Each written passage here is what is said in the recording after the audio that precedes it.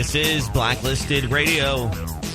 It's the 15th day of June 2013. Good morning. Welcome aboard. It's good to be with you. You can join me at blacklistedradio.com. That's my website dedicated to this show, this podcast. You can join the crew there. You can download this and share it through iTunes, Stitcher Radio, TuneIn Radio, and, of course, the podcast RSS feed there at blacklistedраdio.com. My name is Doug Owen. I'm the senior editor of blacklistednews.com. That's the website where you can find all of the news that we'll be talking about today. So let's get right into it. World War III on the precipice. At least that's what people like Zbigniew Brzezinski are alluding to. Yes, we are going to be arming the rebels, the Free Syrian Army. Don't worry. We just found out from some very reputable people in government, like John McCain, that the rebels are only maybe 5 to 10% with Al-Qaeda and infiltrated by those that would like to do the United States and other allies in the region harm. So it's a calculated sacrifice. It is a way to, further justify what they are already doing, and that is pumping weapons into Syria, creating the arms race that is needed to overthrow Bashar al-Assad. So the United States told Russia, step back. You need to watch yourself. Barack Obama said this. And a lot of people feel betrayed because they thought that Russia would come to the aid of the Syrians and would be that check towards this pivot. And by that, I mean that they would scare the United States out of going into this full board. And of course, there are the other people that are involved in this, allies in the region, Syria and Israel and Jordan. Israel and the U.S. are now coordinating how to target Assad's arsenal. So this is full-on war in my mind and by all definitions. And once again, Congress has been out to lunch, and they are not privy to most of the things that are happening. Apparently, everything that they do know, they are sworn to secrecy about. So I do want to talk about the spygate, the scandal, how timed it has been, and so as the unleashing of the news about Syria. So much so, it seems coordinated to even most very mainline, mainstream, left, right, center blogs and pundits and wonks and thinkers. So much so that now they are the conspiracy theorists because it has many wondering, okay, is this a way to take away from all the things that are happening? 3 of the major U.S. news reporting agencies, AP, Reuters, and your cable news networks, have no interest in any of these IRS scandals that are happening anymore, and they're only getting more egregious, actually going after medical records. We're going to get into that, but just on its face, this came out of Time magazine, by the way, so not the crazy conspiracy Times. Things are happening behind the scenes, says one Israeli official. Things are really happening. Earlier this month, the Pentagon announced it was sending F-16s and Patriot missile batteries to Jordan, ostensibly for an exercise called Eager Lion. I mean, it's just so telling. Okay, what's a lion? A lion is a predator. It's a kitty cat. It's one of the few animals in the animal kingdom that likes to torture for fun. That's something that's not unique to felines. Dolphins and whales do that as well. They exhibit those behaviors, and I'm sure that there are others out there that probably would meet that category. But just the name, Eager Lion, tells us so much about the excitement and joy in this war. And there are warmongers, and they are in high places in the cabinets of the executive branch and throughout Congress and the Senate. We'll talk about some of those war hawks that are applauding. There's a few of them. Quote, "It's clear, purposeful, presence of a strike force near the border of Syria, the Israeli official noted. I think it's a clear message. The message is also meant to be legible to Iran, which is arming Syria and the Lebanese militia, Hezbollah, by air, as well as testing the resolve of Western powers who threaten to strike its nuclear program. Quote, "It's only a short leap to the Gulf," the official said. So, I think, honestly, that Israel has become the grand boogeyman. And if you listen to General Wesley Clark, and I think this is an evergreen, and we should always look at this, because everything that we're seeing today is pre-scripted. It's not a conspiracy theory. It's a long-term strategic plan to create regime change throughout the Middle East, controlling oil, resources, and most importantly, the distribution of said oil and resources. Call it poppy, call it uranium, lithium. There's a lot of things there. There's a lot of spoils of war. And it's direct competition with China and other nations. So we've got a lot of stuff to get into, but I think that it's well worth the listen. Here's General Wesley Clark. This is March 2nd, 2007. And at the time, he was positioning himself for possibly a run as a Democrat in the 2008 election. So when you're doing this, you're politicking and you're trying to, of course, demonize Republicans, which is something that you want to do when you're General Wesley Clark, you're a politician. Things come out, and because you're trying to demonize that other force. But now we see just a few years later that maybe some of these comments will come back to bite them in the posterior, or the posterior rear of them. His ass. There you go. Here's General Wesley Clark breaking all of this down for us. About 10 days after 9/11, I went through the Pentagon and I saw Secretary Rumsfeld and Deputy Secretary Wolfowitz. I went downstairs just to say hello to some of the people on the Joint Staff who had used to work for me. And one of the generals called me and he said, "Sir, you got to come in. You got to come in and talk to me a second." I said, "Well, you're too busy." He said, No. He says, "We've made the decision. We're going to war with Iraq." This was on or about the 20th of September. I said, "We're going to war with Iraq. Why?" He said, "I don't know." That's because he doesn't know. That's because generals are usually kept out of the loop. And so given some BS reason as to why. But it's very telling. This is some very damning information, much more dangerous than what has been released by Ed Snowden, in my opinion. But we're not going after General Wesley Clark now, are we? He said, "I guess they don't know what else to do." And everybody, including Democrats, seem to think that this is pretty laughable, this whole idea of war and just basically having a blanket plan to create, well, now we have the calculation, 93,000 deaths in Syria. Not that you can attribute those all to Western forces, but we put a lot of weaponry in there. So I don't understand how the moral high ground can even be reached by the administration saying that we're doing this to save lives.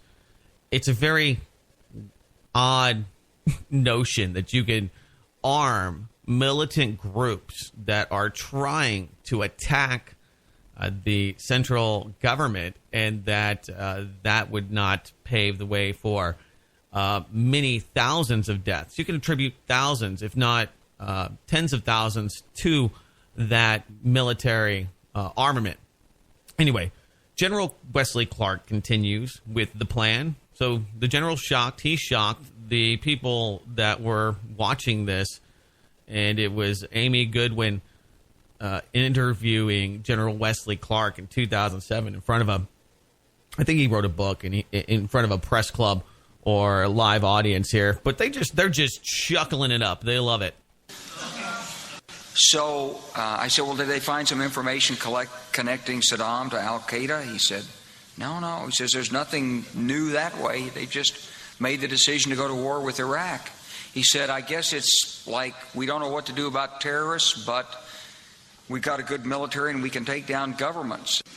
So I came back to see him a few weeks later, and by that time we were bombing in Afghanistan. I said, "Are we still going to war with Iraq?" And he said, "Oh, it's worse than that."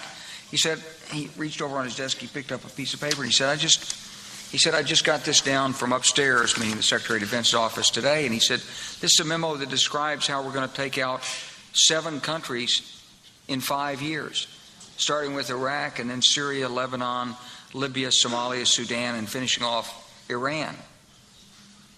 So go through the countries again? Well, starting with Iraq, then Syria and Lebanon, then Libya, then Somalia and Sudan, and then back to Iran. Wow.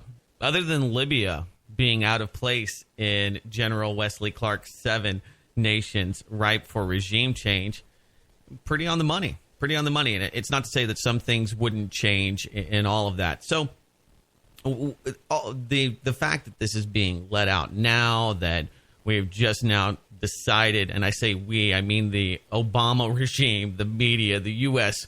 Central Intelligence apparatus has released this timely. It's a great distraction. It's already happening.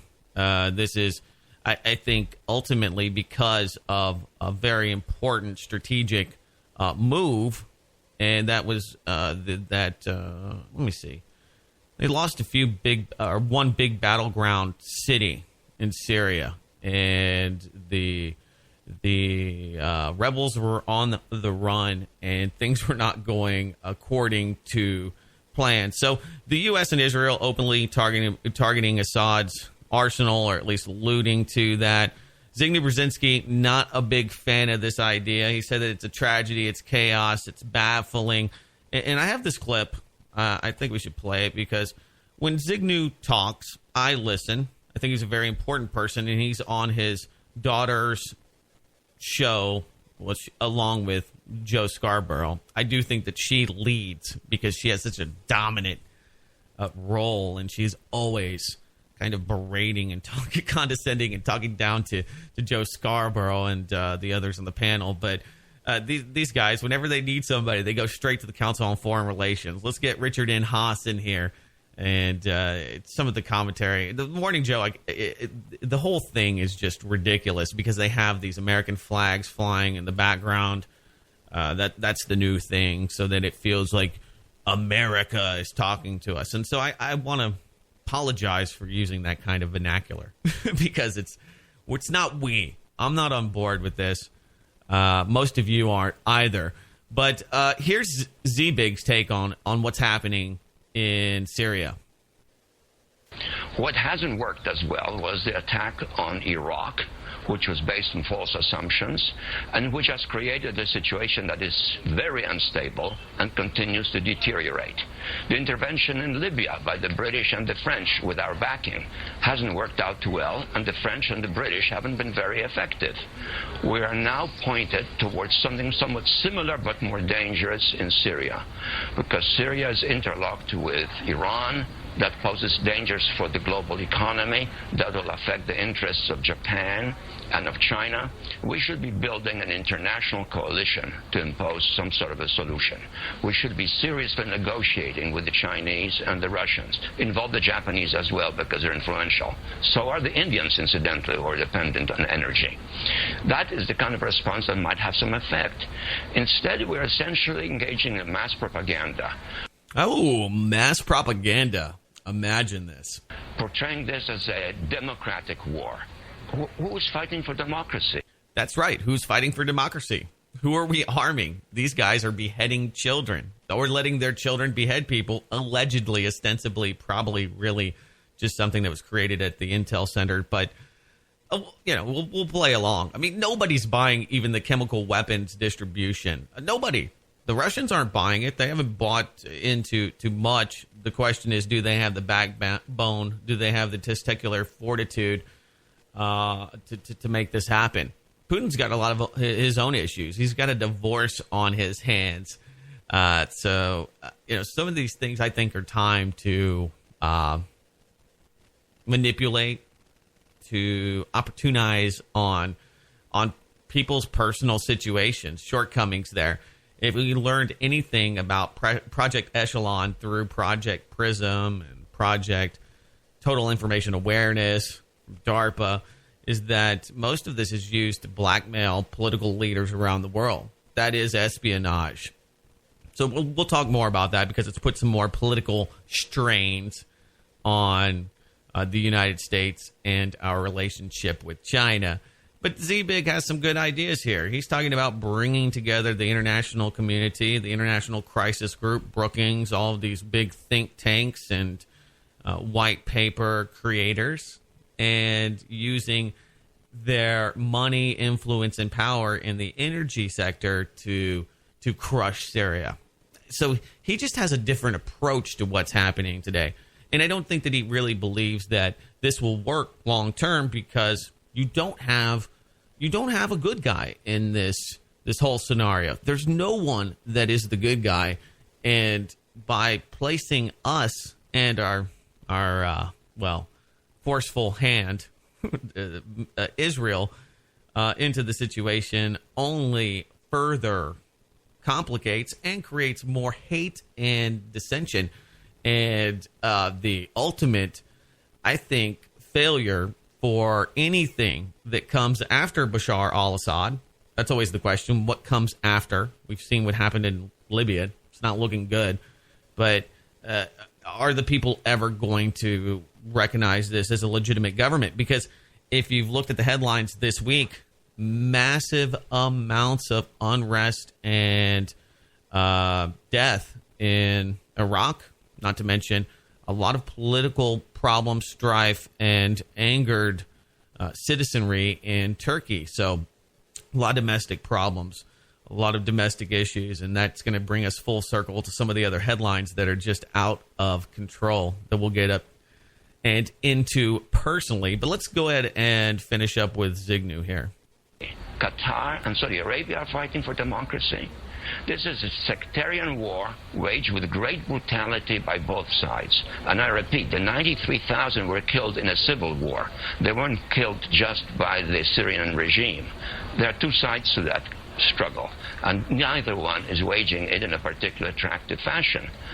The risk is to escalate and slip out of our control, not like the one that we had in Bosnia. And hence, I think we have to be more strategic, more determined, and the leadership has to be more directed from the top down, involving the president and his top foreign policy advisors, not by some casual communiques, worded in a vague fashion, because we don't even know whether these incidents, which killed 100 people or 150 people, preceded or followed Obama's so-called red line. And why did the president issue that particular red line? Oh, no. See, Zygmunt Brzezinski himself is turning into a conspiracy theorist. He's sounding more and more like Doug Owen, and unfortunately, sometimes I believe that I sound maybe more like him to a lot of people, and that's not because I believe that his solutions are better, and that the slow acclimation through financial interdependency is a better model.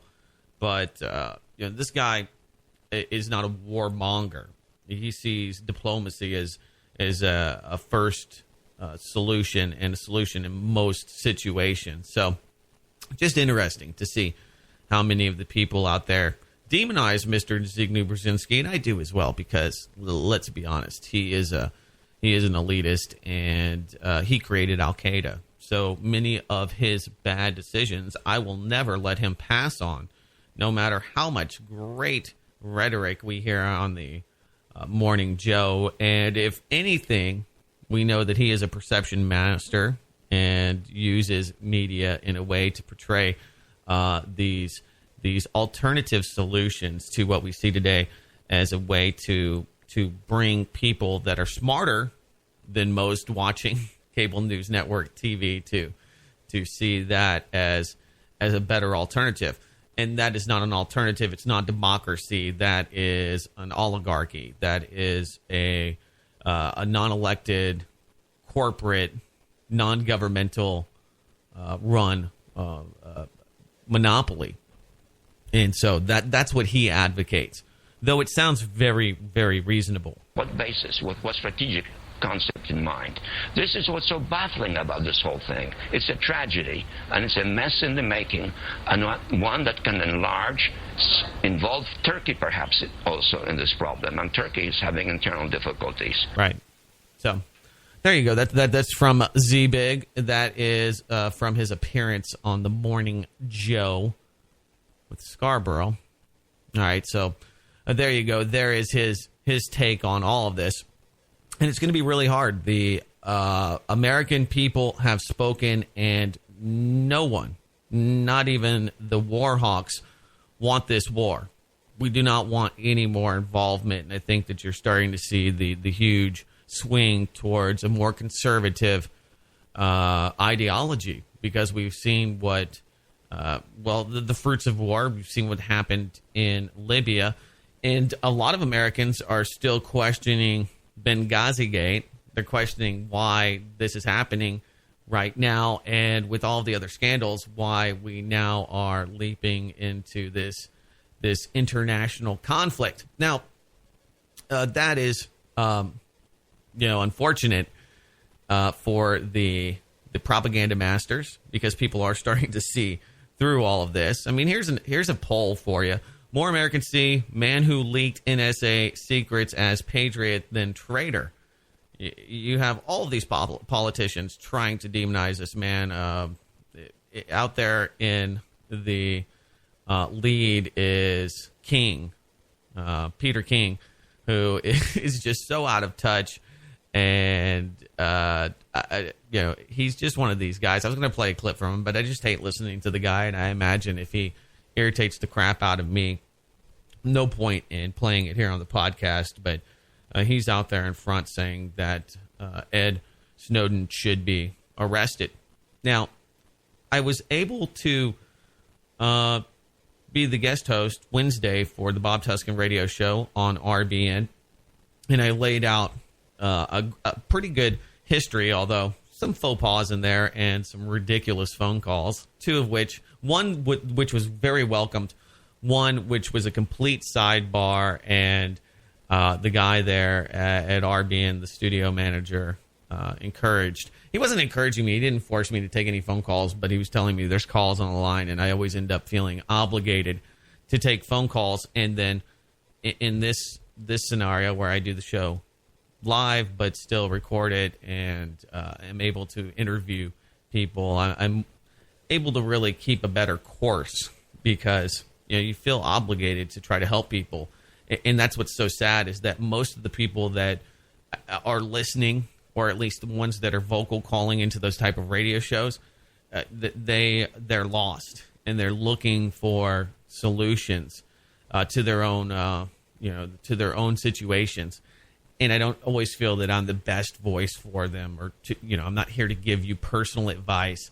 And he was dismayed, the first one, about the 9/11 Truth movement. I think he might have been trolling me, though, honestly. I just don't think that the board op and others have caught on to this deal that he was kind of going into. And that's, just I keep trying to wake people up over and over again. I put the bumper stickers on my car.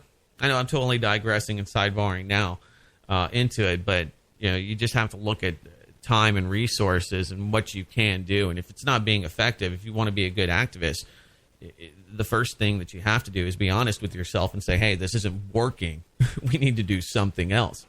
And it's also very hard to try to compete with the mainstream media that is now purporting and pushing that there is an Illuminati, that there are secret ancient societies that were created by aliens, the Anunnaki, Nephilim.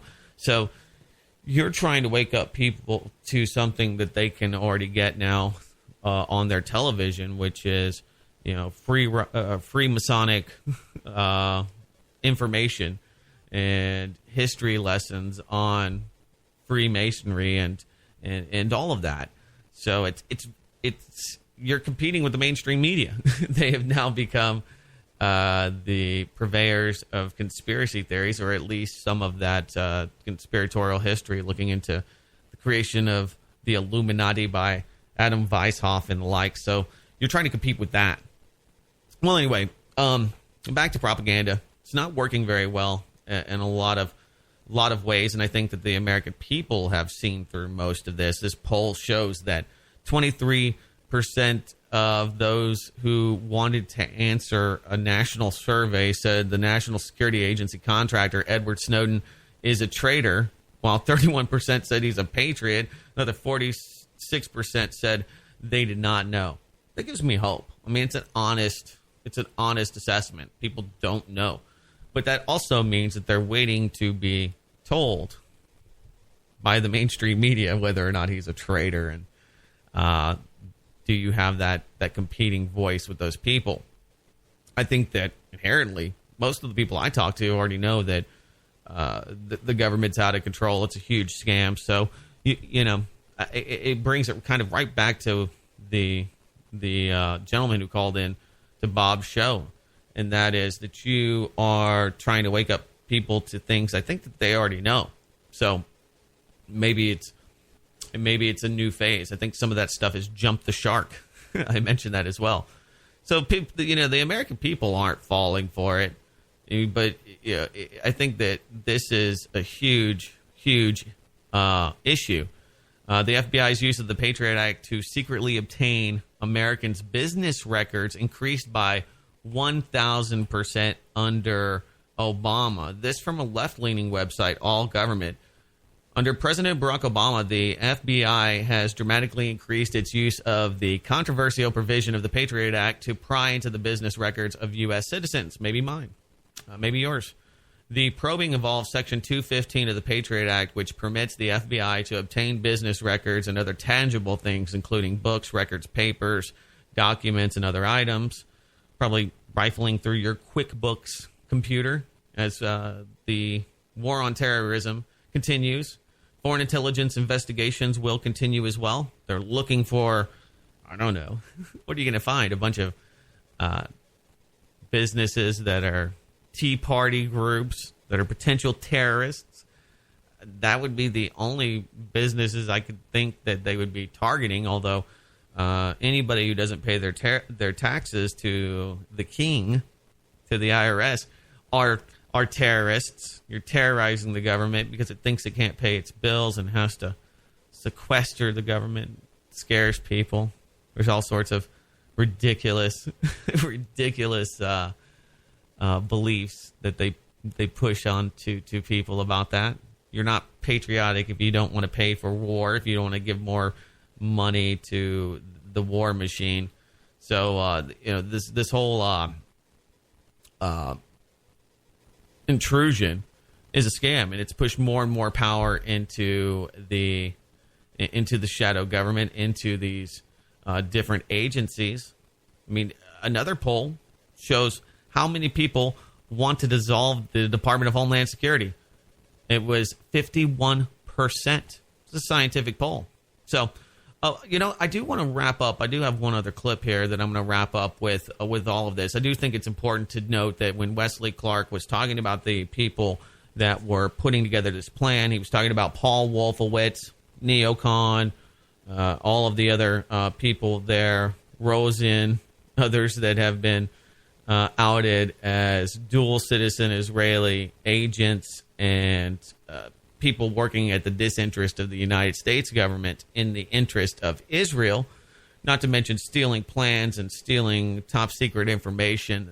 There's been a blind eye because of that infiltration into the U.S. government. So it's a very real agenda behind all of this. Most of the media flack, of course, is going to go to the United States because we do have the money and the people to fund this war.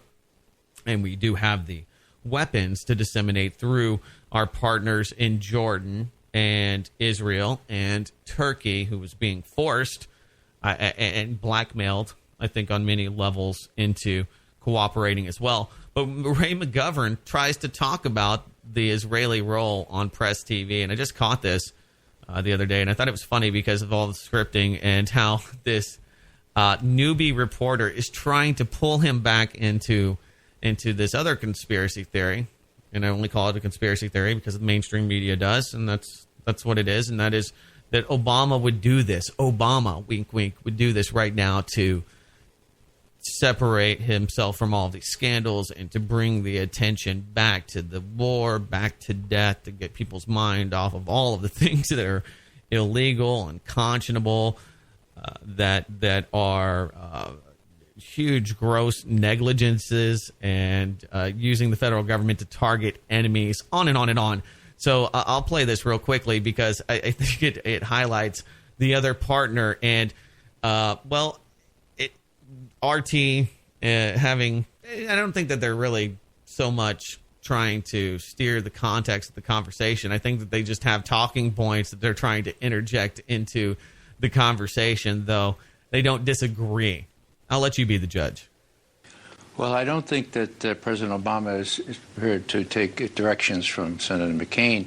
You could have changed Bashir al-Assad to Saddam Hussein, and he'd have the same speech several years ago. It really is quite remarkable that the people whose interests are served here, the Syrian people, the American people, the people who could become more and more involved, those people are really not consulted on any of this. It's a forlorn hope that the president will consult with Congress on this. He's made it clear he doesn't intend to, not on Libya, not on this either. So what happens here?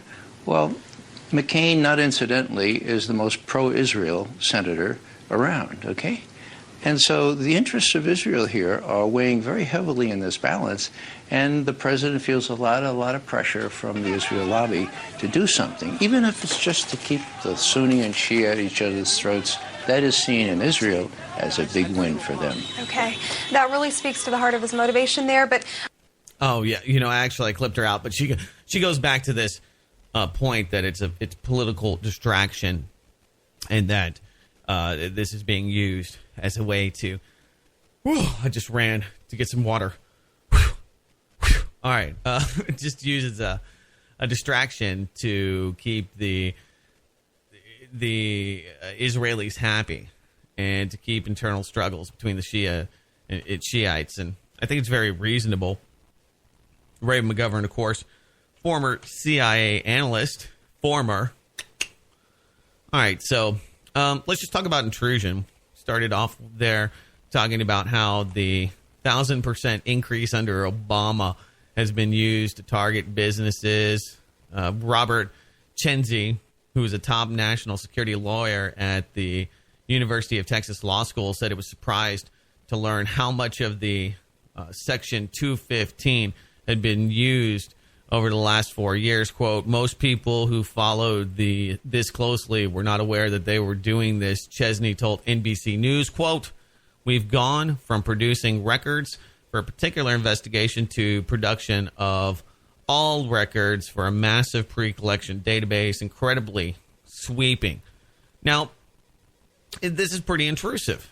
I mean, we're talking about the collection of all of this information, and it's being used targetingly or selectively at different groups and individuals. So everybody, beyond even civil libertarians and those wanting justice, are appalled.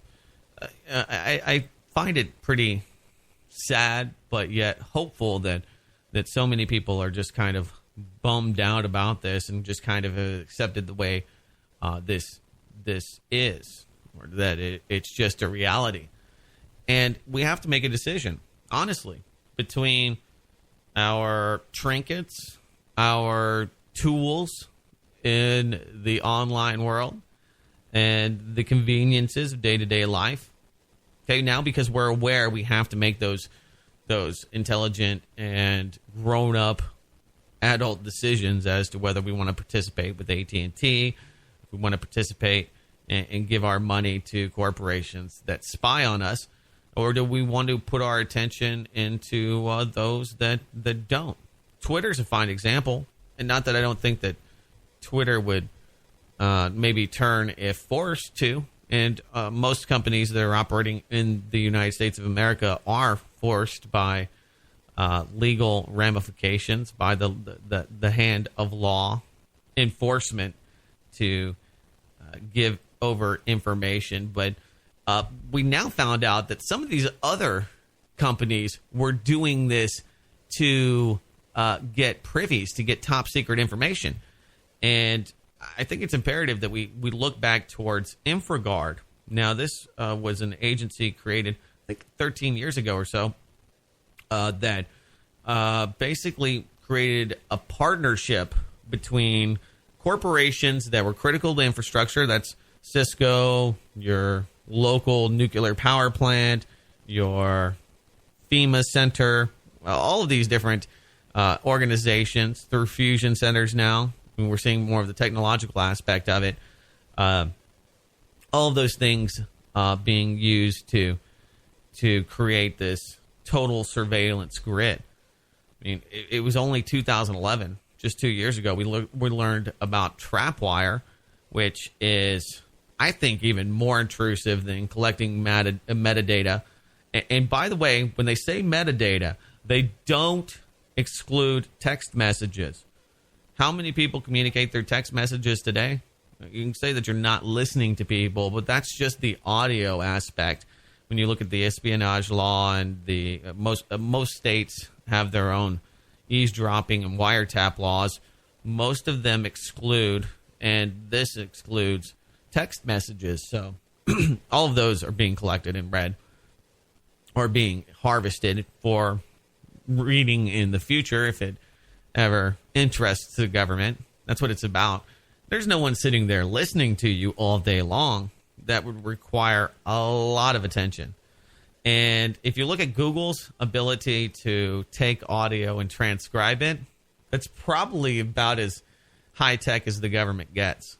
And they doesn't do a great job. So there's going to be many people that are targeted and end up going for a ride with the government because of AI glitches in this software.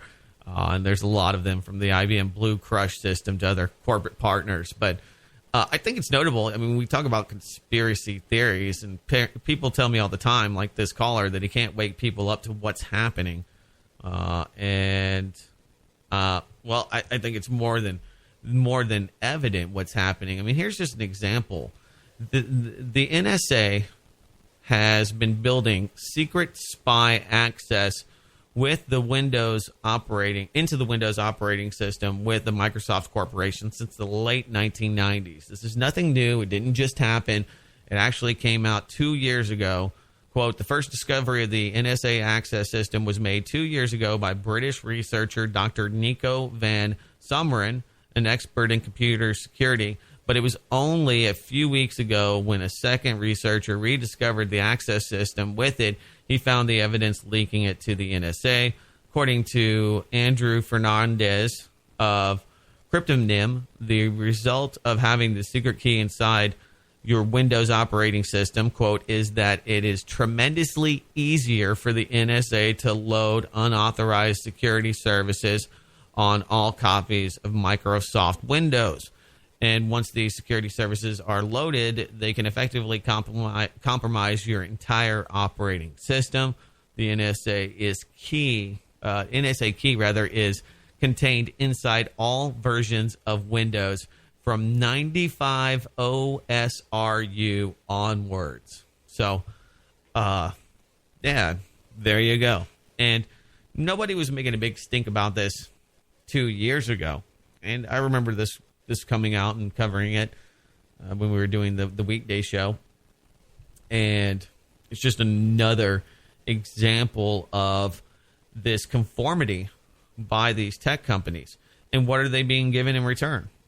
They're being paid highly in lucrative boondoggle government contracts. They're being paid heavily in favors. They're deputizing them. In some cases, your company may be able to kill, giving you a license to kill if there is an emergency. And you know, there's not a lot of people that would say, wow, that's great. You know, you work for Cisco and now you can shoot people. And I don't think that that's probably something they talk about at board meetings. But there's some guy that's like, wow, that's a lot of power. Wow. Okay. Yeah, let's do this. So it might just be a sell. It's like using Iran as a way to beat the war drum, and everybody focuses on Iran over and over again. Okay, they're going to go after Iran. They're building bunker busters for Iran. They're doing this for Iran. Meanwhile, they're toppling other sovereign nations. in this plan. And, of course, Iran is at the end of all of it. So we should look at the direct actions that are happening towards this path to Iran. All right, I know I'm jumping all over the place. It's all right. But I do have some other tidbits in the security surveillance society that we now live under. House committee looks into IRS seizure of 60 million medical records. This week we learned that the IRS now has guns. They're going out toting those guns, getting ready. They're doing their own training. Most of you are aware that they bought huge amounts of weaponry because, they're going to have to go after all of those new terrorists and people that don't pay taxes. They're not going to pick up Timothy Geithner or any of the others at the Fed anytime soon. But maybe you or somebody who doesn't want to pay back their student loan. They were getting clandestine surveillance equipment from tapped food trays to you name it. Just all of these spy versus spy, cloak and dagger equipment. And once that requisite went public on the internet, they immediately decided to retract that. And I guess they're going to find another way to fund their little escapades into the surveillance state. They can use the Patriot Act as well and secret interpretations of it to go after you.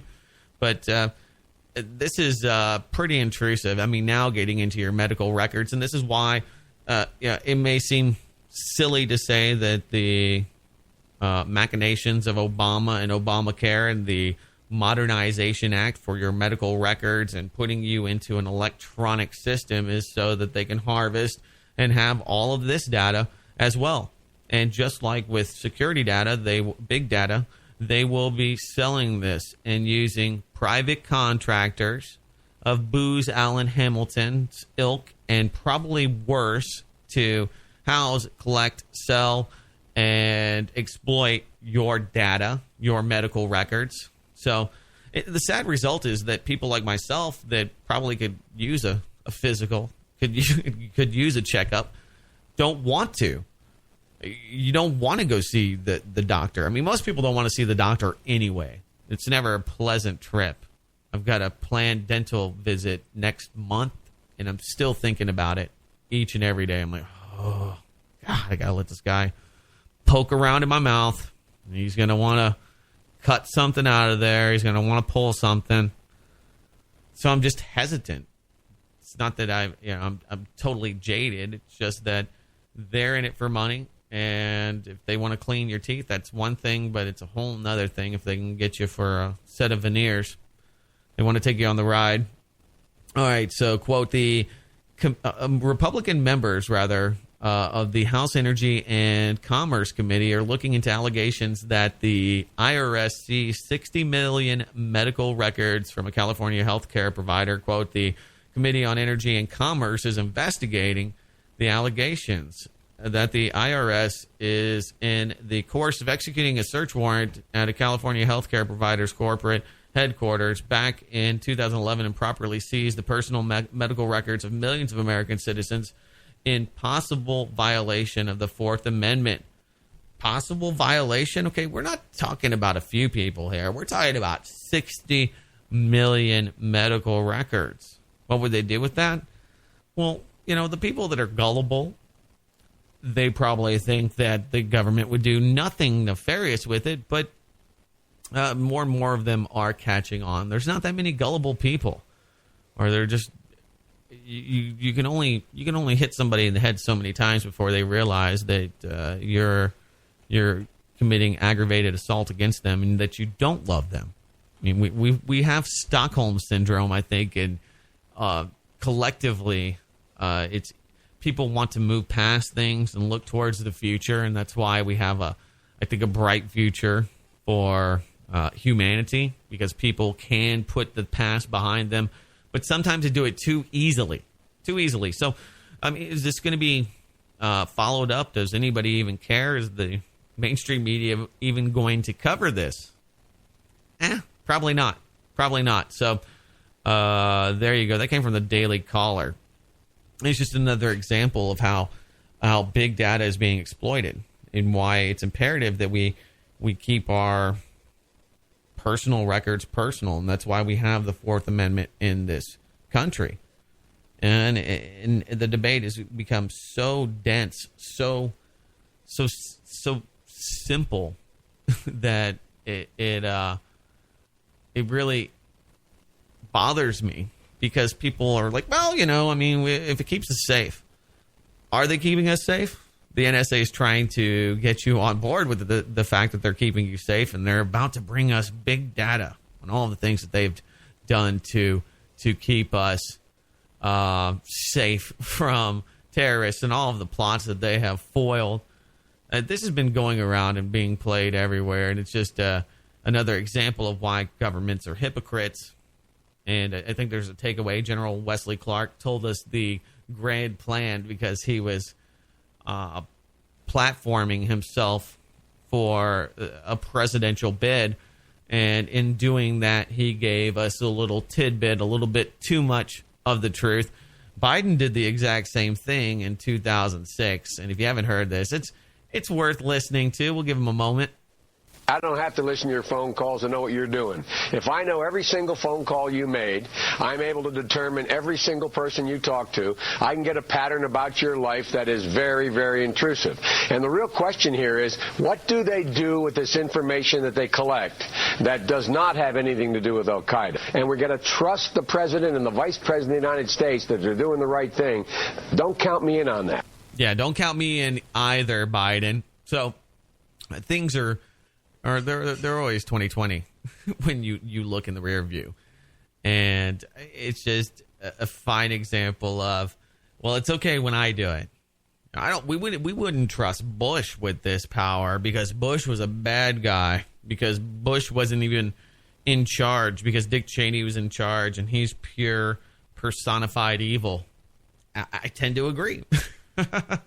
But don't get hoodwinked and fall in love with Barack Obama, because obviously he's not. Well, actually, he is living up to his awards, his achievements as the Pulitzer Prize winning war hawk for peace. He, like many others, was awarded that fine distinction. Henry Kissinger, other war criminals, people that are not allowed to fly around the country very freely, like George W. Bush. He should have received this, but that wasn't the game that they were playing at the time. So business records, bank records, your text messages, everything is being watched. Big Brother's real. No, just remember this. Okay, Big Brother was real 10 years ago, but when people like myself and others that had warned me, I was just being a conduit for those warnings because I saw them and I knew that they were valid. You were a crank. You were a weirdo. You were a conspiracy theorist. Now it's just the sad reality of modern day America. Got to keep you safe. At what cost? I think a lot of people are hitting that wall. I'm fine. Okay, I'll take my chances. I take my chances when I get into my car every day that somebody's going to whack me in my side panel. There's a good calculated risk that you take every morning with just about anything that you do, and I'm fine with risk. And if you want to live in a world that has no risk, you're looking for some crazy, creepy utopia. And if you think that Barack Obama or George W. Bush or whoever is elected in 2016 is going to create that utopia for you, well, there are those people out there. Everybody's got an Obama phone now. You all have Obama phones. We all joked about the Obama phone. Look, you can get the Obama phone, which is really just the successor to the Reagan phone. Subsidized eavesdropping. And you can eavesdrop on the Obama phone because you don't own it, or the person that has it doesn't own it, so the government can say, well, it's our phone. We can listen to it. There's validity to that. There's, I think, a good legal claim. That makes sense. You don't own the phone.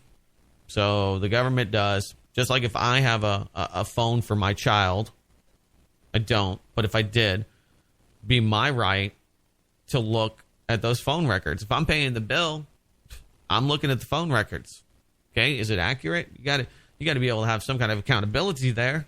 Do you know what they're doing with these things that you are being given? So now we all have that. The strings attached for the people of the poor. Now they're extending that to the rest of us because they war gamed it and they focus grouped it on the poor. They're like, we'll give up just about anything as long as it's free. It's better if it's cheap, or it's almost as good if it's cheap.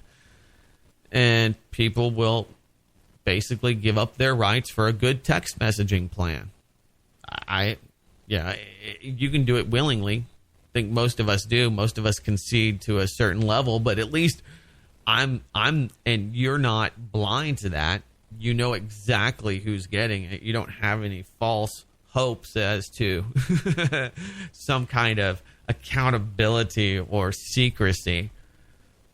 I mean, the rest of the people are just gullible. All right, so things are shifting. The global economy, I do want to talk about it because we have some big problems. And, we have Ben Bernanke. He's exiting stage left. Larry Summers, the guy who got rid of Glass-Steagall. A bunch of other people are vying for this new position, but they're not going to be creating any more money. The end of stimulus is happening. Now, Christine Lagarde, head of the IMF, the Troika, the European Central Bank, and the EU, they're appalled. Now, we're corporate sinister backers, and we've been subsidizing and taking U.S. debt and flooding that into central banks around the world, and we've been engaged in a currency war. I've talked about it often. James Rickards articulates it much better. He's the originator and wrote a book on most of these tactics and has even briefed Congress and the intelligence agencies, the Department of Defense on these tactics being used. Ben Bernanke has just come back from a worldwide push to get people on board with the new austerity plan. That's going to happen. We're going to have to see the appreciation of some interest rates at some point. Otherwise, we're going to literally starve the retirees. Now, that's a sacrifice I think that they're willing to make, but for whatever reason, the transition towards a not so overly boisterous plan, quantitative easing, is going to take a break in the next few months. At least that's what they're saying. Now, the biggest benefactors of that, the EU, they're not happy. You can't turn off the pump because they've now admitted to the fallacy of austerity in Greece and trying to push this idea that you just create money as a solution. The United States has been able to do that, and they've been finding plenty of suckers. One of them is the Bank of Japan. The machinations are crashing to reality. Wolf Richter, who we've had on the podcast, had a really interesting look at this, and we might as well talk about this shift. We saw with Cyprus, the solution was, they said it was atypical. The atypical, non-repetitive solution is bank deposit confiscations. Well, they're talking about this now, and they're moving to that model in Japan. So the Japanese stock market has become a case study of central bank manipulations and what happens eventually as a result. The reality cannot be eliminated forever. So they were just printing excessively and buying crap tons. That is a scientific and numeric term for the amount of debt of the United States that they were buying. Crap tons. On Thursday, the Nike, after a horrific 800-point or 6% dive on a staircase to hell, or 12,416, whichever came first, recovered a few hundred points, then climbed back down the staircase and ended the day at 12,445. The lowest close since April 3rd, down 884 points. The second largest swoon so far in 2013. The largest swoon this year, May 23rd, a 1,400-point crash, 9% from the intraday peak, 300-point jump that morning. So very, very unstable. If this was Bitcoin, I mean, we would see 1,000 articles come out demonizing investing in Japan and that their whole economy is nothing less than a Ponzi scheme. Rightfully or wrongfully, I think the only difference is the media coverage on the debate. Both the Nike and the topics dropped to below 100-day moving average during the day, which in and of itself triggered more selling and technical indicators. The Nike took, the 50 days from April to May 23rd to make that up thus far. You start seeing these huge sways. And most of this ultimately was because of the disappointments in numbers, the job numbers in the United States, and others who are heavily interested in this. Zygmunt Brzezinski alluded to the intervention and the investments the Japanese, Chinese, and others have in these nations. They don't have the weaponry or the ability to create security for all of their investments like the United States and the empire has. You can protect those investments with drones, with private mercenary contractors, 108,000 of them. That's something else that's being completely sidelined in all of these debates. 108,000 of them that we have no idea what they are doing. Wink, wink. I would say none of our elected leaders, or they've been, as I mentioned before, sworn to secrecy. That's what Rand Paul said about PRISM, because he was asked, were you aware? Because the government has said you were aware of these programs. Were you aware? Well, yes, I was aware that they had spied on the American people and had been doing so for 15 years, and that everything that he said or anyone else said could be monitored. It's a good reason that Janet Napolitano doesn't have a computer, right? Same thing with Rand Paul. But his excuse, of course, is that he's not allowed to. He's sworn to secrecy, and that he can go to jail for even mentioning it. So good luck getting any kind of honesty or any kind of technical analysis out of your own representative government. They can't tell you. Which just, it just makes me wonder. So anyway, the Bank of Japan is in dire straits. The Bank of International Settlements is going to be coming to the rescue. They've been warning about Japanese debt and the like. So anyway, what is their solution? Well, this is the solution. Because of all of this, the international investors, the World Bank, and others that would like to give them money, they need some security. There's a lot of risk here. Look at this economy. I mean, they're investing in something that's not even AAA rated. They are investing in the U.S. So, I mean, that is kind of the sweet irony in all of this.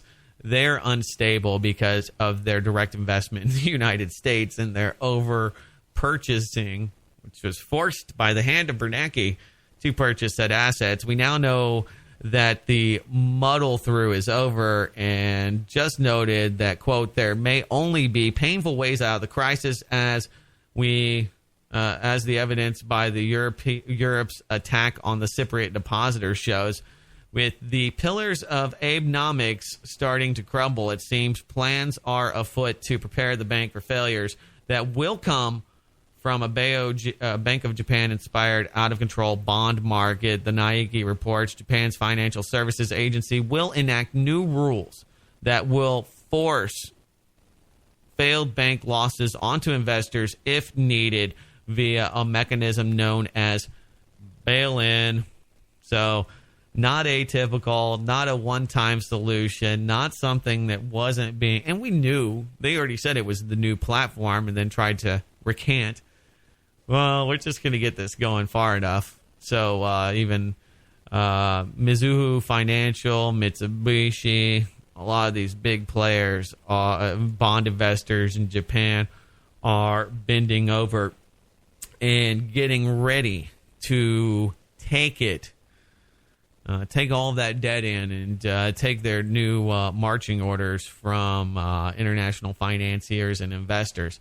And they're going to screw their people over. I mean, that's what it comes down to. This new economist that came to the Bank of Japan, the new is he a prime minister? I don't remember. Some godly position. And when he came in, they called him the kamikaze.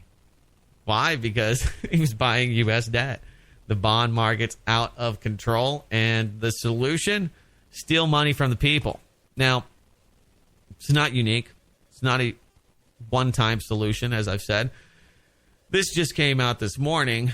The dirty haircut, New Zealand's plan to confiscate bank deposits. When New Zealand politicians say haircut, OBR document from 2011 shows, and it's what's happening from Cyprus, or what happened in Cyprus. They are not too candid about it, but you see this new proposal here.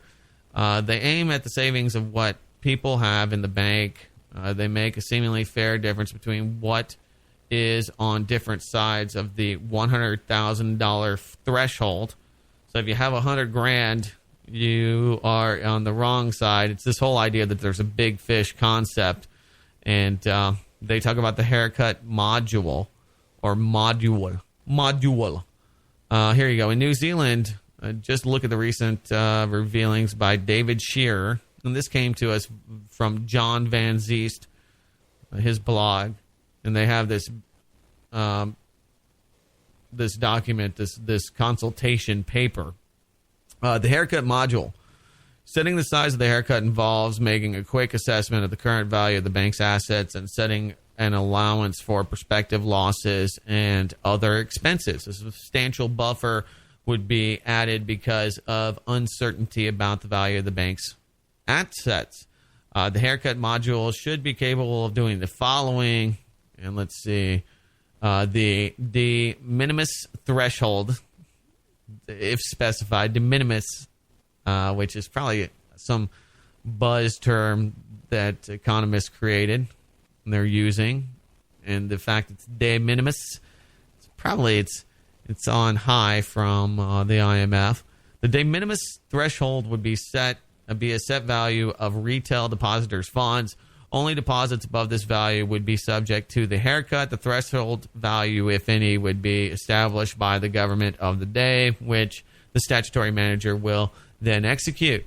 So that's pretty scary. You elect the wrong guy that's desperate and is, foreign elected, who has no allegiance to the Kiwis.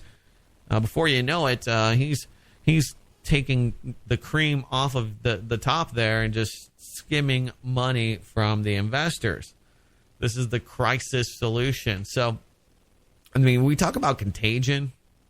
We talk about how the perception of money, the magic of money requires people to be just like magic. They have to see what is in front of them rather than the hidden hand to continue to believe in it.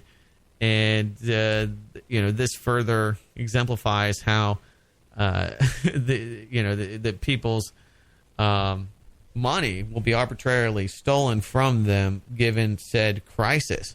So all this was unprecedented. Now having, real democracies deciding this is the solution. And, of course, this power lies not in the government, not in the elected bodies, but rather in the banks.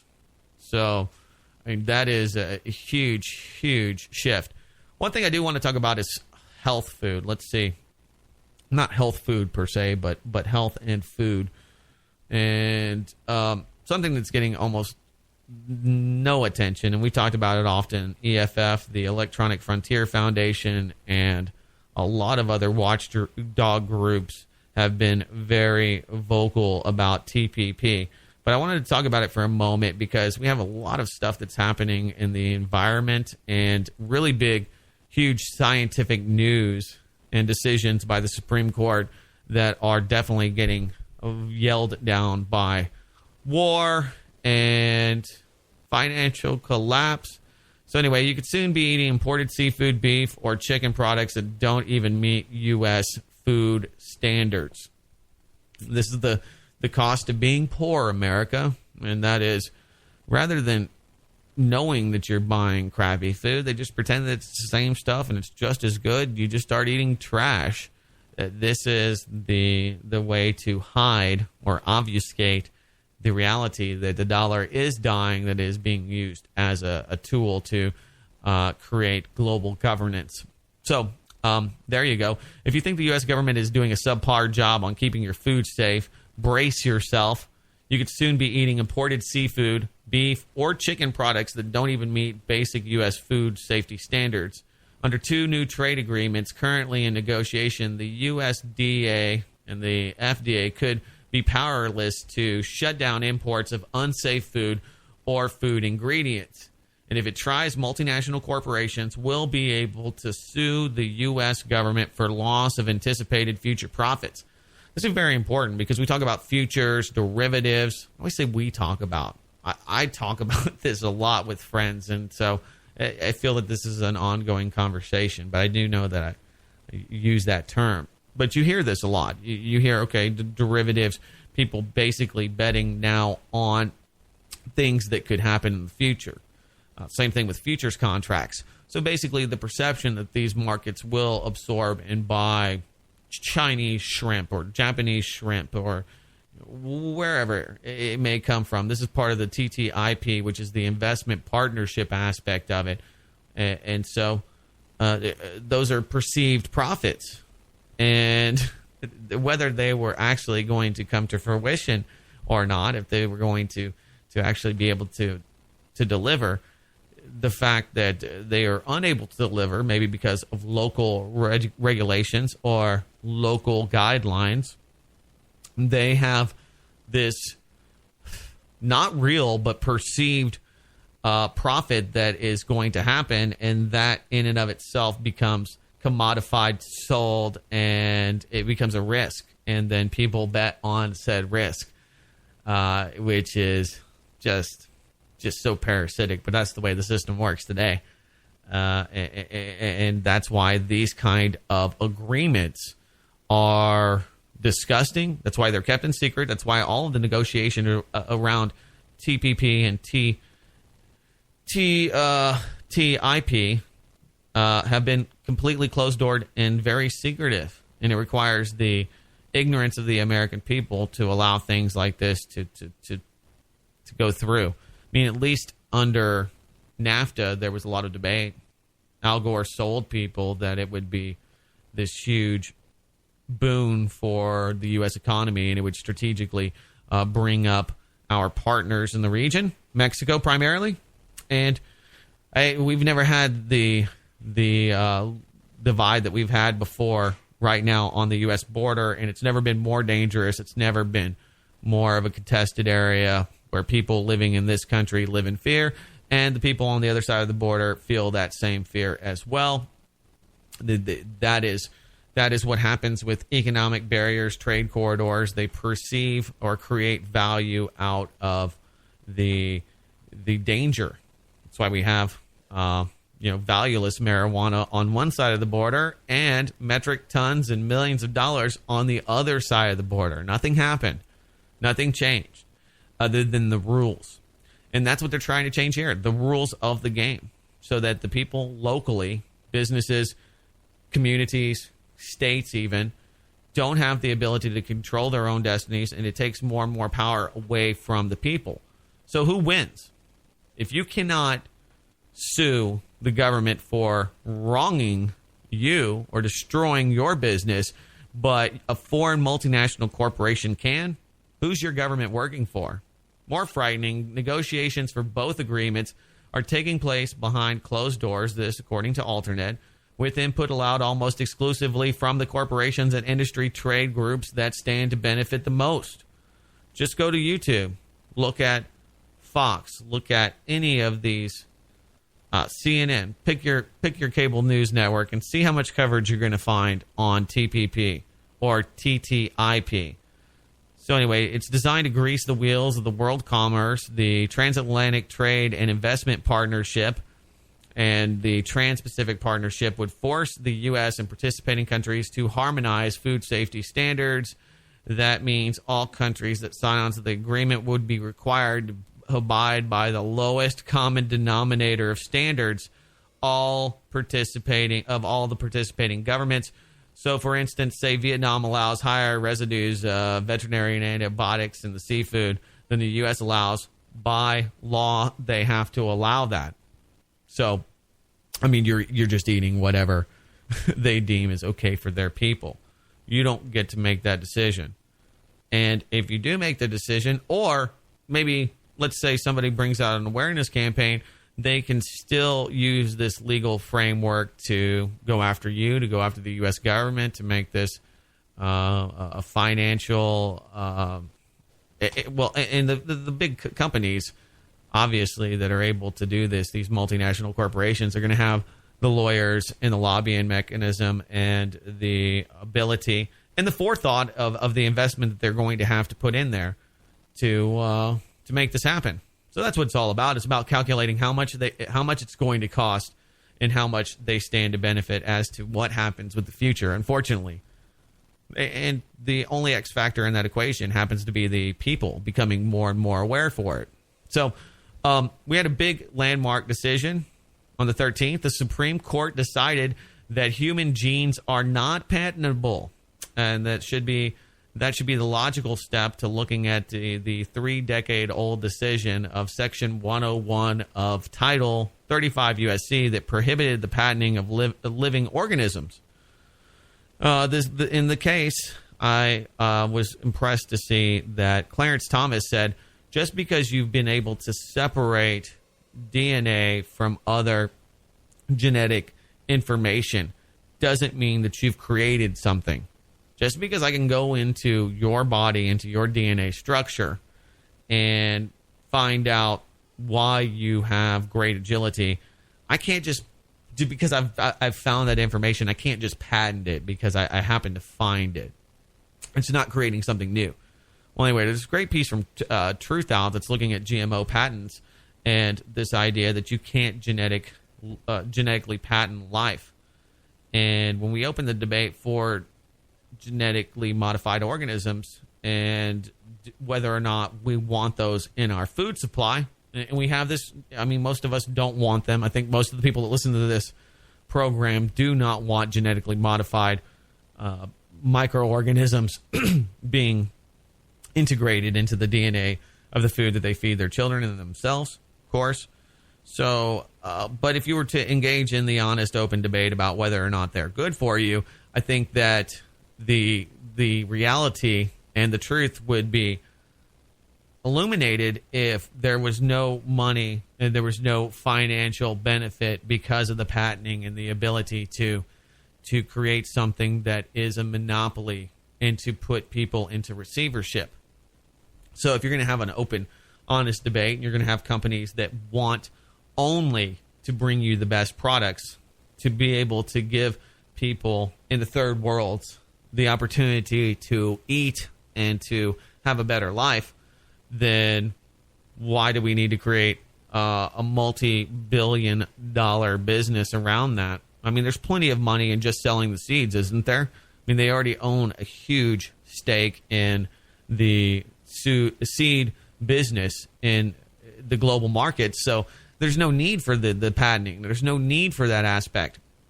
So I think that would be the only way that we could actually get to something where we look at this and we look at the pros, cons, and then allow people to make the conscious decision as to whether they want them or not. And this ties right back to the TTIP, and maybe in Vietnam they allow, I don't know, genetically modified soybeans. And you want labeling in California. You want labeling in Texas. You want labeling in Pennsylvania. Because of that, and the customers, the conscious decision of consumers that are informed to maybe not buy those products, that becomes a financial loss. And now you can be financially held liable, or basically they can sue the government or entity that gives you these patents. It's a huge issue.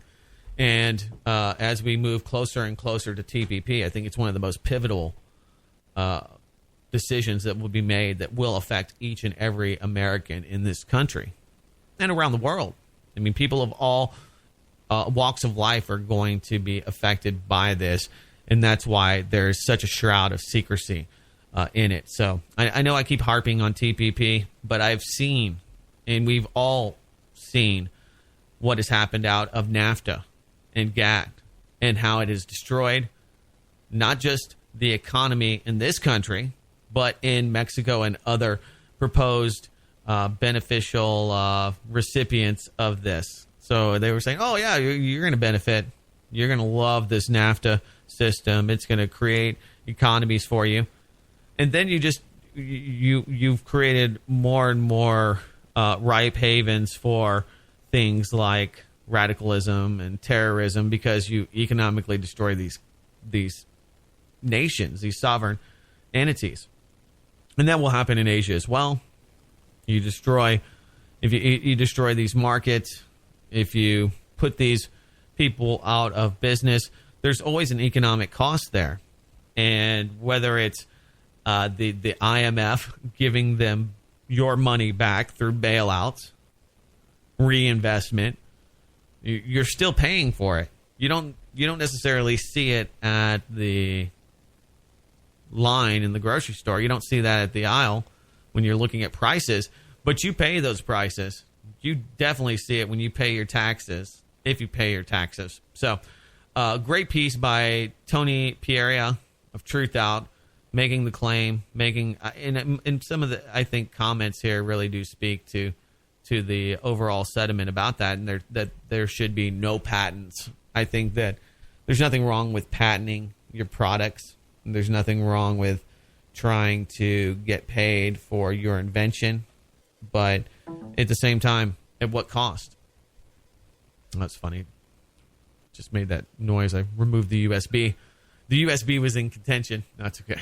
The USB was the dirty device that was used to steal the documents from Booz Allen Hamilton, and now it's the war on USB devices. Oh, dun, dun, dun, dun. We have to regulate them. We have to monitor them. We have to put barcodes on them. Oh, yeah. So, anyway. Yeah, so when it comes to health and when it comes to the future of this country, I think that when we look at the environment, it is crucial to the future. And it's ironic because we think, oh, man, we wouldn't want to eat Vietnamese shrimp, right? We wouldn't want to eat GMO products from Asia. But when we look right at our own fish, when we look right at our own waterways, you got to ask yourself, do these people have even more fear? My God, I don't want to eat U.S. fish. Because I would put it to you that we probably have subpar standards. And the EPA, the FDA, and other agencies that are watchdogs for our health have been so compromised over the years that just about at every turn, they will just change math. They will just change science to accommodate. Found high levels of radiation in the atmosphere after Fukushima? Let's just change the acceptable amount. They did. They're like, oh, yeah, well, that million worth of micro servlets or servlets or whatever it is, that's fine. Go ahead. We'll just shift the numbers. Anyway, they're going to be doing that with other things, I'm sure, as well. Here's one that's not getting enough attention. Antidepressants in U.S. waterways giving fish anxiety and homicidal behavior. So there's a lot we can learn from fish. And I like to eat fish. And if you're eating fish, you might be, I don't know, suffering anxiety and homicidal behavior. And it's not because of the fish. And it's not because you're eating the wrong things or living the wrong lifestyle. And it might not even be, I mean, you're being prescribed drugs, which is funny because it's supposed to be, antipsychotic and it's supposed to help you. But actually, it just makes people crazy and homicidal and anxious. Among the prescription drugs found in U.S. waterways, antidepressants routinely edge out all other medications discarded or excreted by an increasing percentage of Americans struggling with anxiety disorder. So all of you freaking drug heads out there that are looking for chemical relief to all of your Western problems, you are giving the fish stress. You're freaking them out. New research has found that all foreign chemistry lining of our waterways is having our waterways is having an adverse effect on fish behavior, plaguing them with anxiety, antisocial behavior. No, I don't want to have sex. I just want to sit by myself. Why do you keep bugging me, fish lady? Listen to this. Now they're having human Western problems. Okay, they got antisocial behavior. They got anxiety. They want to kill. They've become homicidal fishies. This isn't even a joke, but it's just so out of control to think that this is, maybe we disregard this as maybe one of the potential problems for why we feel this way, and the fact that we see how this actually creates this hostile and homicidal environment, and we look right back at our society. And it's not the drugs. It's not big pharma. It's not the people that just can't cope with the world because they're living in abject poverty. It's that we all need drugs. So anyway, male minnows exposed to small doses. Let's see, Brian Bukowski, an environmental and health news, translated the findings. Male minnows exposed to a small dose of the drug in laboratories ignored females. They spent more time under a tile so that their reproduction decreased, and they took more time capturing prey, according to Rebecca Clapper, a professor of freshwater sciences who spoke about their findings at the Society of Environmental Toxicology and Chemistry conference last fall. How about that? Turns them into a prepper. No sex. Go kill. Got to get more meat. I'm just kidding, preppers. But, yeah, the pharmaceuticals, not necessarily antidepressants like Prozac and Zoloft, have the tendency to accumulate in other fish species over time, wrote Bienkowski. He cited a 2010 report issued in Sweden, which measured rainbow trout exposed to sewage, effluent, or outflow. Levels of pharmaceuticals in their blood were at times equal to the amount needed to affect human brains. So listen to this, okay? People say, "Oh, those are just micro-million particles. They're 1/zillionths of." And so when you see these numbers, they're not that big. They're not really affecting you. No, this is levels of pharmaceuticals in fish blood that are at times equal to the amount needed to affect humans. So, I mean, you try to eat good food. I mean, you might want the Vietnamese fish. I mean, they're not all on antidepressants and crying into the waterways and feeding the fish mental poop. Anyway, a 2012 report from the World Health Organization ruled that low concentrations of pharmaceuticals in drinking water are unlikely to pose risks to humans. So there's the takeaway. Whew. The World Health Organization said it's fine. Feels so much better. Right along those lines, this came out of the Chicago Tribune this week. Probably didn't even hear about it. Pigs fed GM grain suffer health problems, study says. This isn't from Natural News or the Health Ranger or anybody else out there that's trying to sell you a water filter. This is the Chicago Tribune. Pigs fed a combination of genetically modified soy and corn suffer more frequent severe stomach inflammation and enlargement of the uterus than those who eat non-GM diets, according to a new peer-reviewed long-term feeding study published Tuesday in the Organic Systems Journal. Okay, you're eating a lot of GM grain, eating a lot of corn. It can screw up your uterus, it can make it big, and it can give you stomach issues. How many people are feeling that these days? The 5-month study combined real on-farm conditions with, quote, strict scientific controls, according to the lead researcher, Judy Carman, of Flinders University in Australia. Using pigs was important not only because, quote, we eat them, but because humans and pigs share similar digestive systems. She said in a statement, quote, "We need to investigate if people are also getting digestive problems from eating GM crops," end quote. The statement said, in pigs eating genetically modified crops, the average rate of severe stomach inflammation was nearly 3 times as high as that for other pigs. Weaponized food.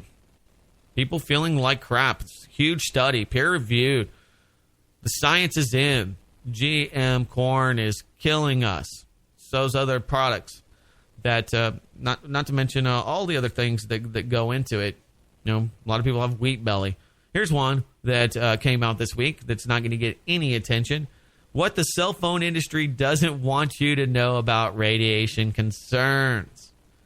Yes, this came out of Alternet. A leading expert on health effects from cell phone radiation goes to battle against a multi-trillion-dollar industry. The National Book Award finalist, former senior White House health advisor, and internationally regarded epidemiologist Deborah Davis revealed that the cell phone industry is knowingly exposing us to dangerous levels of electromagnetic radiation. No small problem when you consider that of the roughly 7 billion people on the planet, about 6 billion of us now use cell phones. Yeah, this is, it came out in the Huffington Post and in the LA Times, I think, as well. In a recent analysis from the HuffPo, Davis examined the cell phone industry's long-term strategy devised in the early 1990s to deal with the studies showing cell phone radiation damages, quote, wargame the science. They were wargaming the science. So you wonder why the cell phone companies are spying on you and why they are agreeing to secret negotiations with the government and getting secret data in return from the government. This two-way exchange of your private information. This is just one of many reasons. They've got a huge, huge lawsuit.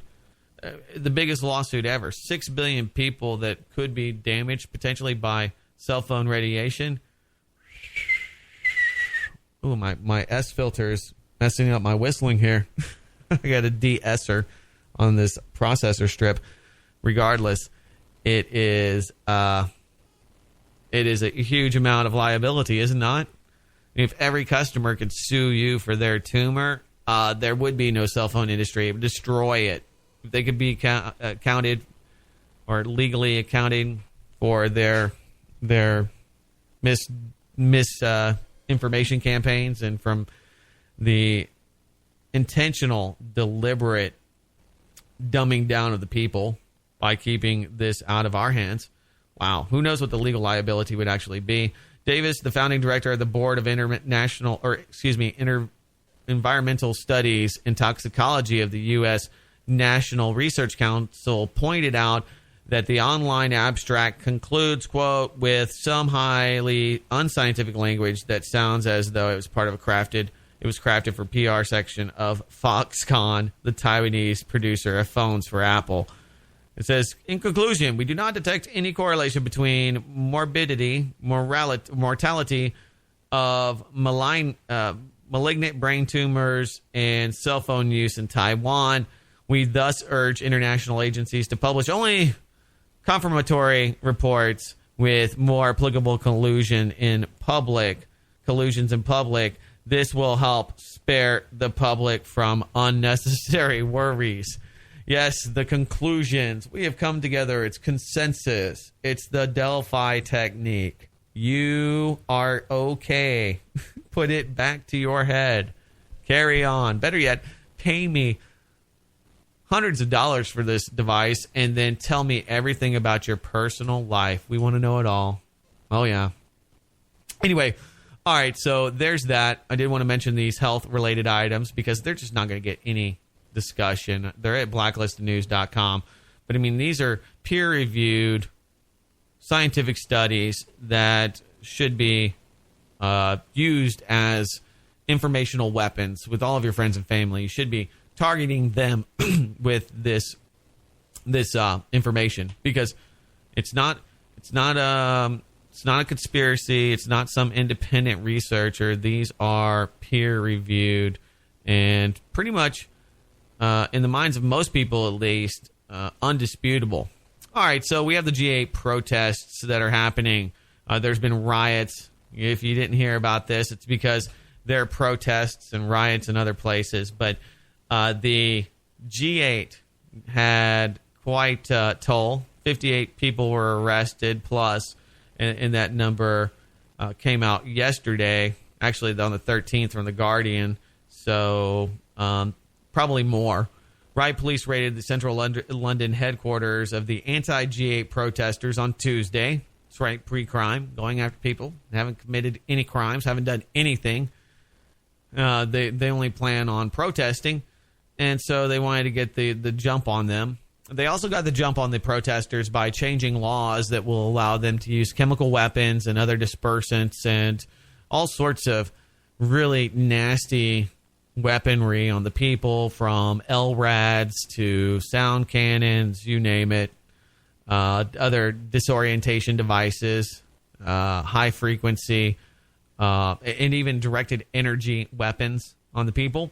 Squatters inside the building, a former police station in Beak Street off Regent Street, accused police of heavy-handed tactics after they were led out by officers who forced their way in after a tense standoff. So they had an office, a headquarters, and you can see the video. I mean, they just beat the heck out of these kids and just spray them down. But I think more importantly, we just saw how little was talked about in the dialogue, and the whole focus is not on the G8.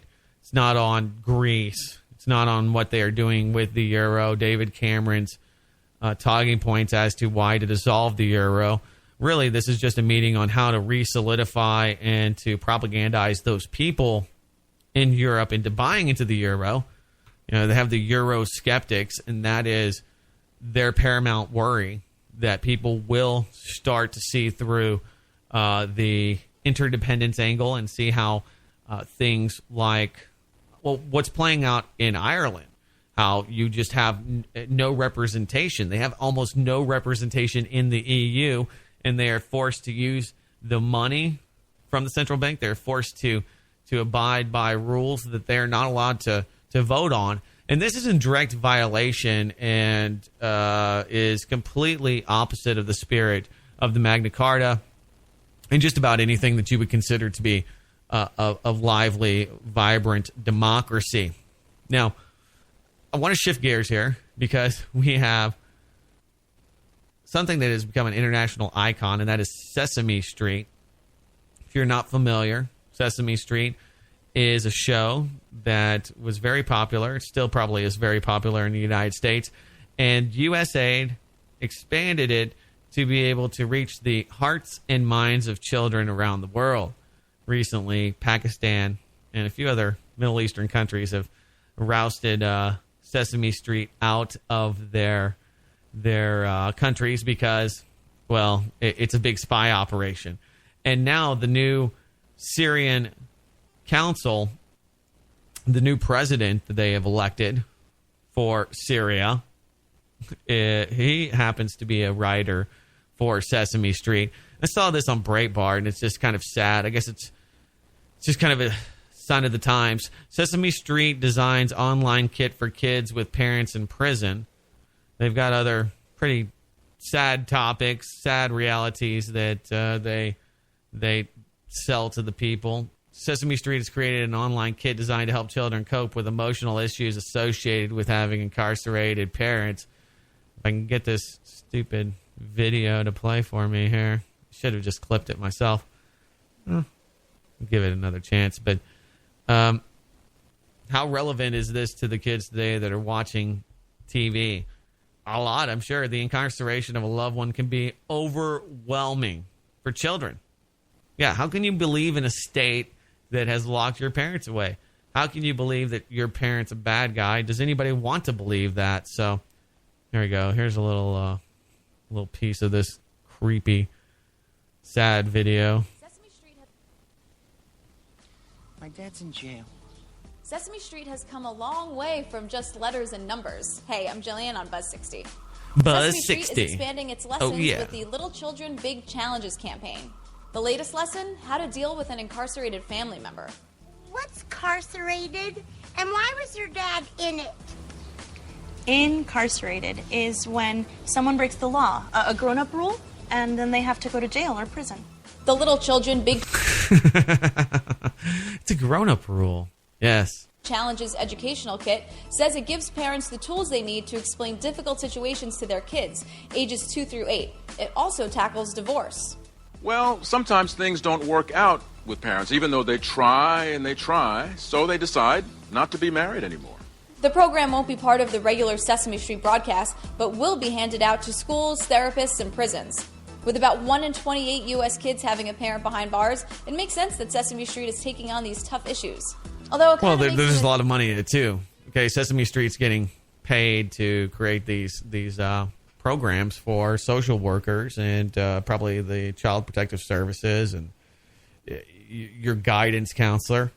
And what better way to reach the children with important information other than through their favorite idols via the telescreen? So, it makes a lot of sense. And the CIA has used Sesame Street to reach the children, the jihadists of the future, in over, I think it was 15 different countries. So, our tax dollars at work. I guess I understand it because these are relevant topics for society. It doesn't make a lot of sense to not have media and content that's relevant and geared towards children. But, it brings me right back to why we have so many people incarcerated, and those people that use the TV as babysitters, unfortunately, are usually the poverty and those that are just unaware. I mean, my mom did it too. She had a playpen for me and just set me right in front of the boob tube, and that's why I'm such a advocate to destroy your television or to at least interrupt it from time to time. Some people can't get away from the TV. Just interrupt it with thought. You don't have to get away from the TV or kill it, but don't use it as a crutch and as a way to reach and educate your children. It's just, I don't know. There's always a video. Here's a video. And I've had jobs where you had to watch video presentations. In corporate America, I've had to watch lots of video presentations, taking courses in the military. You always have all of these lessons learned. And it's the same thing. It might as well be Sesame Street. So unfortunately, that's how they speak to the children. And it's relevant, and I know why they use it, why it's so effective. All right, we've got a few more minutes here. I want to get into a couple other headlines here that probably aren't getting as much attention as they should. Liberty, New York cops sued for arresting a man who replaced town's name with tyranny on the ticket. 2 police officers in Liberty, New York were sued Thursday by a Connecticut man who claimed he was handcuffed and berated after a judge objected to him writing expletives and crossing out the town's name and replacing it with tyranny on the speeding ticket. I like this guy. I like the spirit. William Barboza, 22, was joined in the suit by the New York Civil Liberties Union and the law firm Bergstein and Ulrich, LLP, objecting to the charge of aggravated harassment slapping on Barboza in May of 2012. The charge was overturned in March of this year. The NYCLU explained an immediate advisory. Wow, they like this guy a lot. In addition to scratching out, quote, liberty and replacing it with, quote, tyranny, Barboza wrote his mail-in payment, quote, fuck your shitty town, bitches, end quote. I like this guy even more.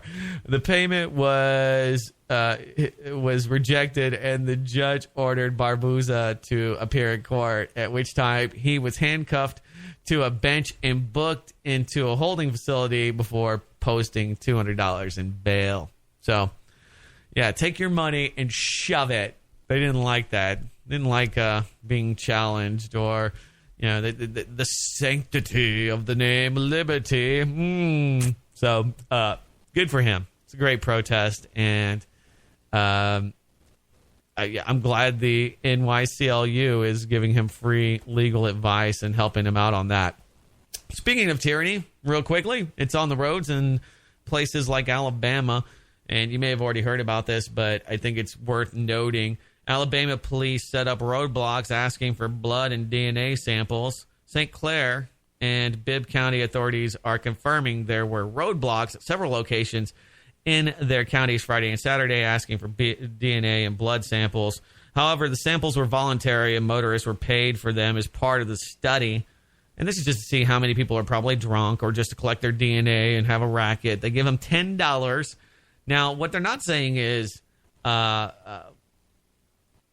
of this or that's voluntary is being pulled over. Now, here's my question, of course. If you're drunk, or maybe they find that you have a warrant, or if they find that there's an infraction with your vehicle, are they going to pull you out? Of course they would. And so, non-constitutional checkpoints, okay, there's no probable cause. There's no reason to pull a person over to subject them to further investigation unless you have a legitimate reason. That's the Fourth Amendment. Probable cause, oath or affirmation. Okay, you have to have somebody that saw a crime. You can't just pull people over and start looking for a crime. Apparently you can, though. They're just taking a note from what they see in the federal government, the tyranny there. So people up in arms, lots and lots and lots and lots of comments on blacklistednews.com about this, but ultimately it comes right down to people being pulled over. I think that's the root issue. And I find it to be creepy that they want your blood and DNA. And I also feel that it's pretty sad that people are doing this for just $10. $10. All right. So there's that. And I saw this Monday. I've been saving it. Let's see, do I have any other? Yeah. I've been saving this to talk about because it's just so absurd, and it's a good way to wrap up the show and kind of lighten it up a little bit. Pope confirms gay lobby at work at the Vatican. So apparently there is a gay lobby in Catholicism in the Vatican at work. Now there's a Vatican mafia. Okay, we know that there's a Vatican mafia. We know that there is now a gay lobby. Pope Francis, I have to admit, has been a little bit more open and honest than most. And he said, quote, or lamented, quote, there is a gay lobby at work at the Vatican. In private remarks to leadership of a key Latin American church group, a stunning acknowledgement that appears to confirm earlier reports about corruption and dysfunction in the Holy See. The Latin American and Caribbean Confederations of Religious, the regional organization of priests and nuns of religious orders, confirmed Tuesday that its leaders had written a synthesis of Francis' remarks after their June 6 audience. The group, known by its Spanish acronym CLAR, said it was greatly distressed that the document had been published and apologized to the Pope. So the Pope was basically talking to his parishioners and saying, hey, look, I'm trying to get some money for you guys, but we got to watch out for this gay lobby. They're going to whack me. This is not this is not good. We should not be talking about this. Now, you should know, just looking at the headlines, based on the conformity and the collusion to hide systematic rape, that there has to be somebody lobbying for this. So religion is not, at least Catholicism, in Catholicism, religion is not exempt from the structure. And that's because the government structure comes out of religion. They've been synonymous throughout the ages. So, yeah, you have lobbies. Just like in government, you have groups that lobby on behalf of their own interests. And you have child rapers, and you have people that have been compromised because they are leading gay lifestyles in the church secretly.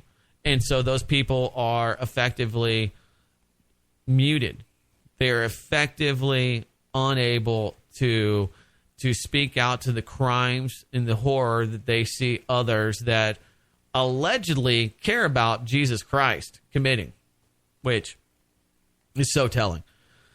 The document Francis is quoted as saying that while there were many holy people in the Vatican, there was also corruption. Quote, the gay lobby is mentioned, and it is true. It is there. We need to see what we can do, the synthesis reads. And I think that they put this out because the people in charge, the power structure, they are going to have to counter this. And so it's going to be really interesting to see what happens with Pope Francis, and if he's not targeted. We don't know why Ratzinger left. I mean, other than the obvious, but the first pope in history, or at least recent history, that turned down or turned away from the church and his responsibility. Most of them die in that position. So anyway, I think it's notable. I mean, it parallels what we see today with the world around, politics and stardom and idol worship. It is more than evident. I forget the name of the group here, but here's some of the popular hit kind of lyrics that you're going to find. And I'm about to get my Bill Clinton on, and Hillary could ride him too. Boy, I gets my pimping on. Boy, I gets my pimping on. Yeah, everybody likes Bill Clinton, and now that Hillary is refreshed, she's on Twitter. You can follow her. I imagine her handle would be something like The Real Hillary. I don't know. I haven't checked it out. But also, one more thing before we get out of here. I wanted to mention that, yes, we have the Iranian elections, and somebody who has been demonized by the mainstream media, Mahmoud Ahmadinejad, is getting very little attention in all of this, and his oustering, if you will, him exiting stage left, isn't getting a lot of play. So I went to Press TV, which I think is one of the best propaganda agencies out there because it's just so overt, and Iranian TV is just ridiculous.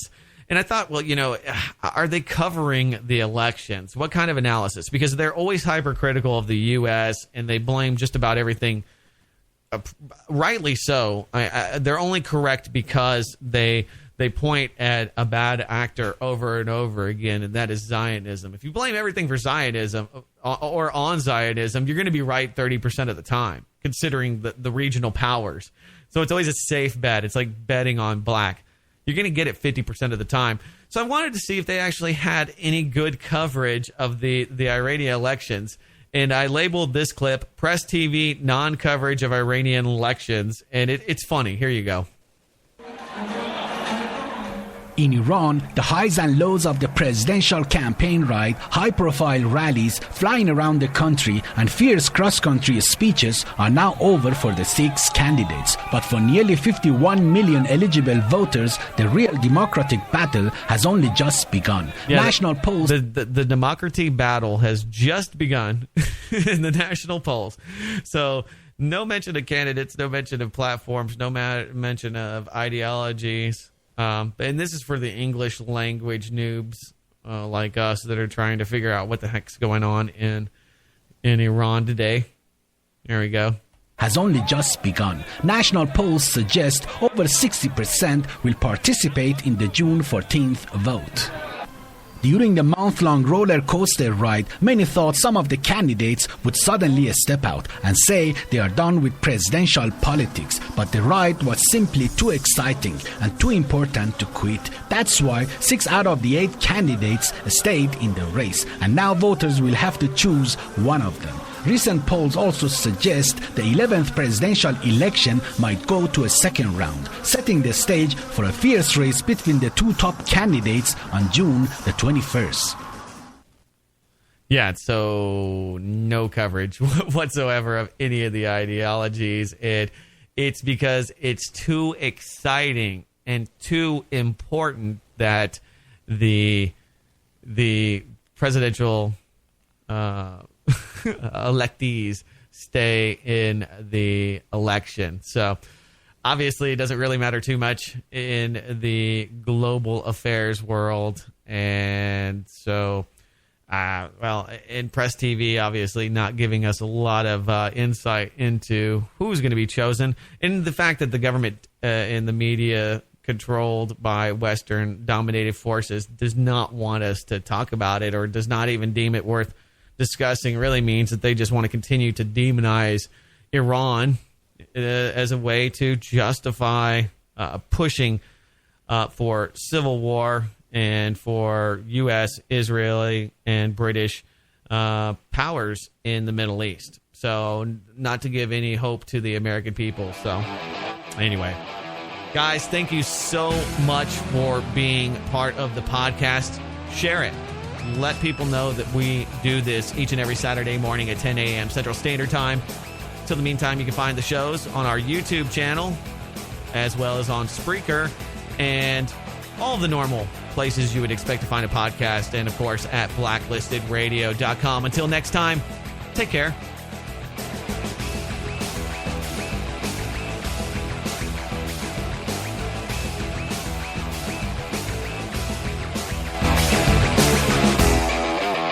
It's almost too delicious to believe, my friend. Well, it looks like these hogs like beef. That old Beach Boys song, Bomberan.